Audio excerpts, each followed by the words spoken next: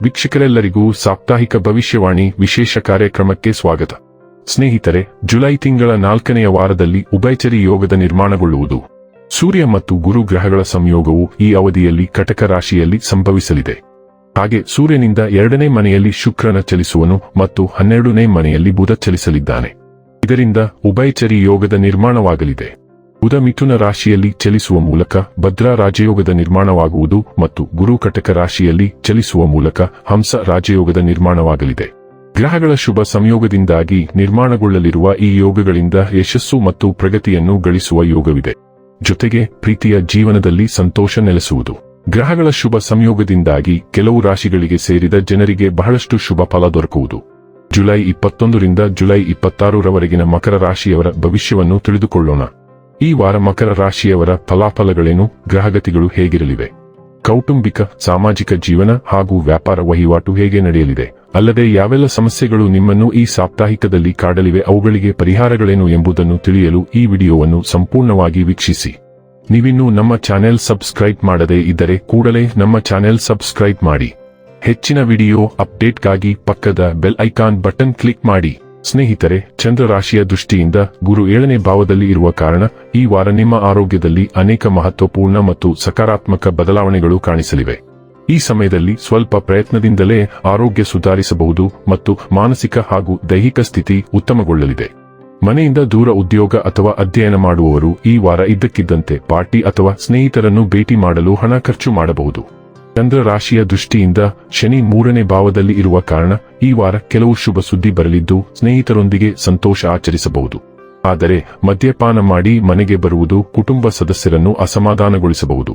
ಹಾಗಾಗಿ ಮನೆಯಲ್ಲಿ ನಿಮ್ಮ ಗೌರವ ಕಾಪಾಡಿಕೊಳ್ಳಿ. ಈ ಸಮಯ ವೃತ್ತಿಯಲ್ಲಿ ಮುನ್ನಡೆ ತರಲಿದ್ದು ತಾಳ್ಮೆ ಕಳೆದುಕೊಳ್ಳದೆ ಮತ್ತು ಅವಸರದ ನಿರ್ಧಾರ ತೆಗೆದುಕೊಳ್ಳದೆ ಇರಿ. ಯಶಸ್ಸು ತಲೆಗೇರದಂತೆ ನೋಡಿಕೊಳ್ಳಿ. ಈ ವಾರ ಅನೇಕ ವಿದ್ಯಾರ್ಥಿಗಳಿಗೆ ಅನಾರೋಗ್ಯ ಕಾಡಬಹುದು. ಆರಂಭದಿಂದಲೇ ಆರೋಗ್ಯದ ಕಡೆ ಗಮನ ಕೊಡಿ ಮತ್ತು ಉತ್ತಮ ವೈದ್ಯರನ್ನು ಸಂಪರ್ಕಿಸಿ. ನೀವು ಸಾಮಾನ್ಯಕ್ಕಿಂತ ಹೆಚ್ಚು ಕಾರ್ಯನಿರತರಾಗುತ್ತೀರಿ ಮತ್ತು ದೈನಂದಿನ ಜವಾಬ್ದಾರಿಗಳಿಗೆ ಈ ವಾರ ನಿಮ್ಮ ಸಂಪೂರ್ಣ ಗಮನ ಬೇಕಾಗುತ್ತದೆ. ಕೆಲಸವು ವೇಗವಾಗಿ ನಡೆಯುತ್ತದೆ ಮತ್ತು ಸರಳವಾಗಿ ಕಾಣುವ ಕೆಲಸವು ಇದ್ದಕ್ಕಿದ್ದಂತೆ ಹೆಚ್ಚುವರಿ ಪ್ರಯತ್ನವನ್ನು ಬಯಸುತ್ತದೆ.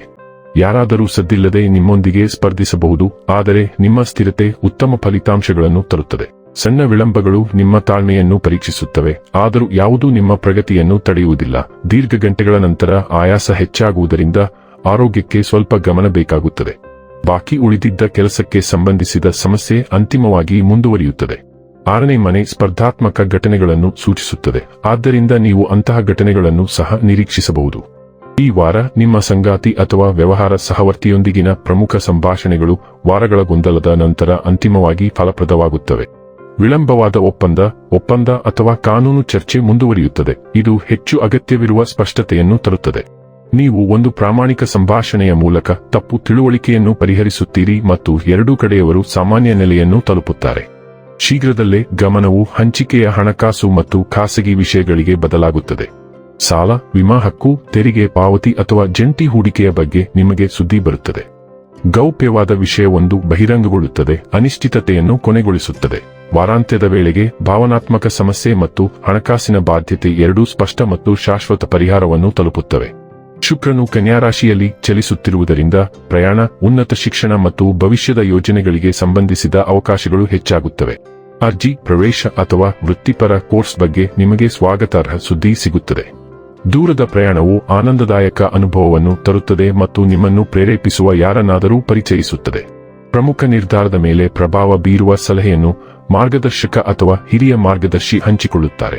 ಪ್ರಯಾಣ, ವೀಸಾಗಳು ಅಥವಾ ಕಾನೂನು ಔಪಚಾರಿಕತೆಗಳಿಗೆ ಸಂಬಂಧಿಸಿದ ದಾಖಲೆಗಳು ಹೆಚ್ಚಿನ ವಿಳಂಬವಿಲ್ಲದೆ ಮುಂದುವರಿಯುತ್ತವೆ. ಈ ಶುಕ್ರವು ದುರ್ಬಲವಾಗಿದೆ, ಆದ್ದರಿಂದ ನಿಮ್ಮ ನಂಬಿಕೆ ಮತ್ತು ನಂಬಿಕೆ ವ್ಯವಸ್ಥೆಯ ಬಗ್ಗೆ ಕೆಲವು ಗೊಂದಲಗಳು ಉಂಟಾಗುತ್ತವೆ.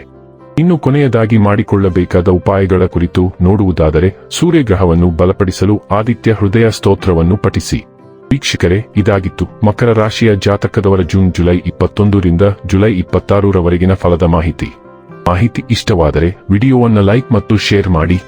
ಹಾಗೆ ಚಾನೆಲ್ ಸಬ್ಸ್ಕ್ರೈಬ್ ಮಾಡುವುದರ ಜೊತೆಗೆ ನಿರಂತರ ವಿಡಿಯೋ ಅಪ್ಡೇಟ್ಸ್ಗಳಿಗಾಗಿ ಪಕ್ಕದ ಬೆಲ್ ಐಕಾನ್ ಕ್ಲಿಕ್ ಮಾಡಿ.